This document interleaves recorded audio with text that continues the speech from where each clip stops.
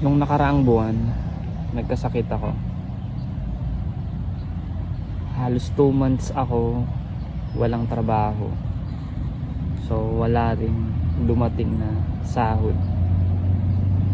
Kasi yung sahod mo is depende kung papasok ka o hindi. 2 months walang pumasok na pera sa bank account ko dahil nagkasakit ako dahil din sa trabaho. So umuwi ako ng bahay na walang ni kahit piso sa bulsa. Umuwi ako, medyo lantang gulay yung katawan ko nung umuwi ako sa bahay.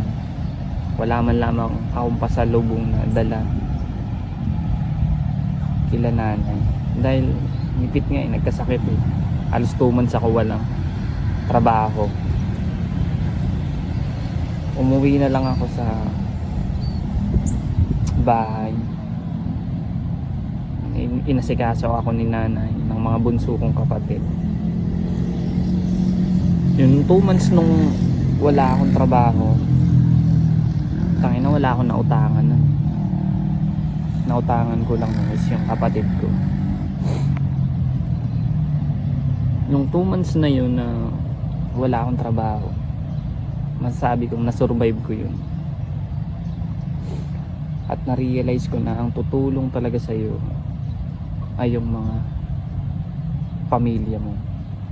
Nanay mo, ate mo, kapatid mo, kuya mo. Yun yung tutulong sa'yo kapag nagkaroon ka ng sakit o nasa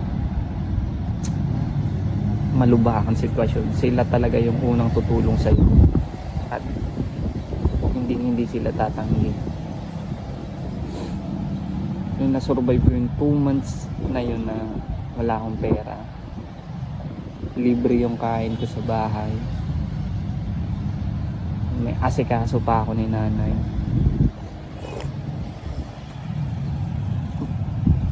Na-realize ko na masusurvive mo talaga yung buwan na wala kang trabaho as long as may pamilya ka na masasandalan. Swerte ko dahil may pamilya ako na masasandalan na survive ko yung toughest 2 months na yun. Kala ko magkakautang-utang ako ng buti na lang nandiyan yung pamilya ko.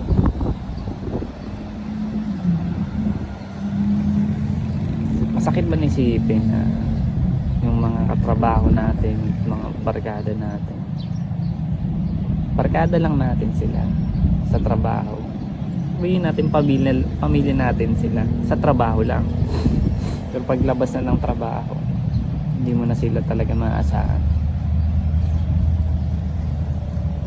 Na-realize ko noon na nung nagkasakit ako, sabi ko masurvive ko lang tong 2 months na to, hindi na ako magiging pabigat sa pamilya na to, sa pamilya na to. Kailangan kong bumawi. So ngayon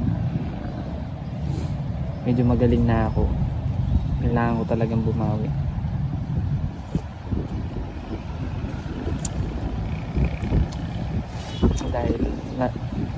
Dahil na-survive ko yung 2 months,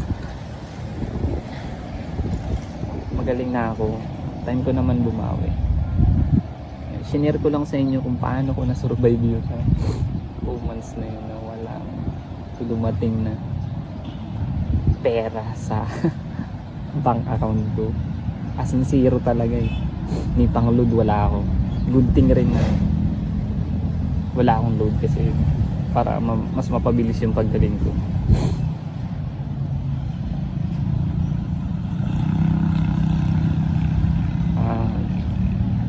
Kung may pamilya ka tapos nawalan ka ng trabaho, yun yung alternative na way para makasurvive ka. Kasi libre na yung tirahan mo dun Somehow malilibre ka din ng pagkain, pero palitan mo na rin, ikaw palitan mo rin ng maliliit na bagay, ikaw na yung mag-asikaso, maglinis ng bahay, tagahugas ng pinggan. Yun na lang muna yung ipalit mo kapag nawalan ka ng trabaho. Ayun, ikaw maglaba, ikaw mag-igib, ikaw magsaing, yun. Mga ganong simpleng bahay, mga ganong simpleng bagay lang, habang siniset up mo pa yung sarili mo.